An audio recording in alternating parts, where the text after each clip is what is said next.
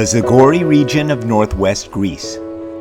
Nestled in the high valleys and mountains of the Pindus Range, kept a virtual secret from the world for centuries, it's historically been the domain of the ancient and mysterious Sarakatsani shepherds.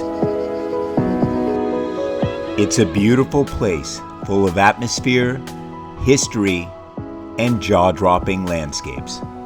From the Vikos Gorge, the world's deepest, to the cobalt blue, icy, spring-fed waters of the Voidomatis River, there's a lot to experience here. But maybe the most unique feature of all here are the stone bridges. They were the reason we came. Like a magnet to the imagination of the traveler, these stone sentinels of time pulled us in. We chose the charming and centrally located village of Monodendri as our home base, and branched out into the surrounding villages and mountains for our adventures. The first of the bridges we explored was the Kokoris, a 20-minute drive from Monodendri and easily reached from the road.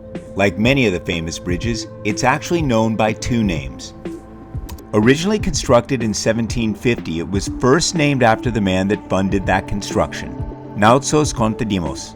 He was from the nearby remote village of Rideto and built it to help connect the trade routes between the 46 villages in the region.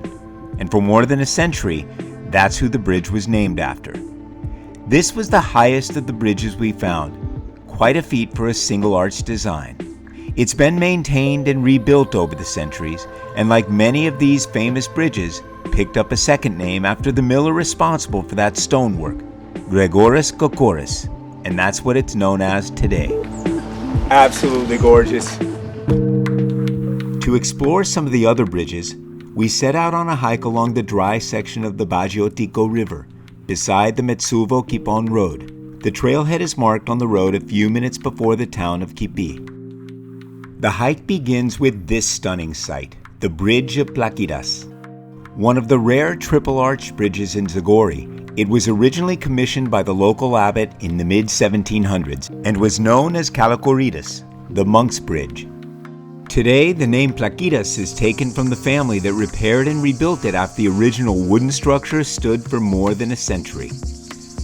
Each of the bridges of Zagori have their own personalities and stories to tell, and I couldn't help walking back and forth across this one, exploring from every angle to imagine all those stories while the breeze carried the sound of crickets.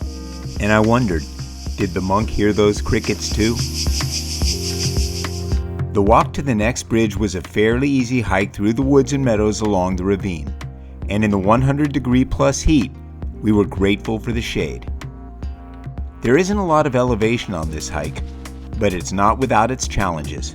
There are a lot of natural obstacles on this path, namely a lot of gnats and flies when you walk through the shade, so got to be ready to do your old horsetail.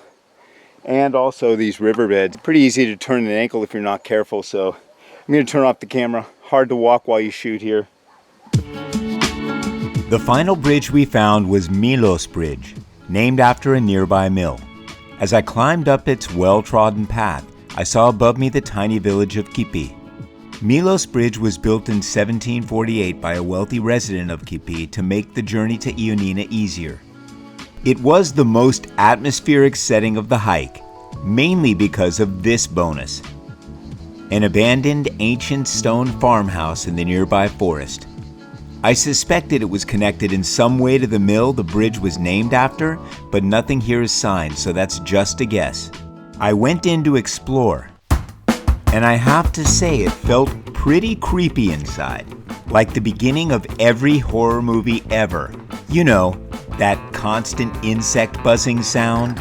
Well, there are a lot of bees in here. I can hear them, so I'm not going to stay long, but this little house along the trail, you can stop here and get a really good sense of, historically how they lived in this region. It's really cool in here. You can feel how the stone walls really insulated the place. It's probably warm in the winter, and it's very cool right now in the summer. And right here we have a grist mill. It's where they would grind their wheat into flour. At least I assume that's what it is. It's some sort of grinding machine. Nothing's really signed or interpreted. Despite the constant buzzing of bees and flies, and the persistent feeling that a large bearded man with a scythe was going to pop out at any moment and put a grisly end to this perfect trip. It was nice and cool in there, so I stuck around. There's a little room with a fireplace in there. That was probably the kitchen, I would guess. This is amazing. Yeah, until the bearded guy roasts me in that fireplace on a spit. It was time to go. As cool as it was inside, it felt great to see the light of day. There are a ton of flies in there. And I saw the Amityville Horror. This is how every horror movie starts. Look at this cute little cabin in the woods.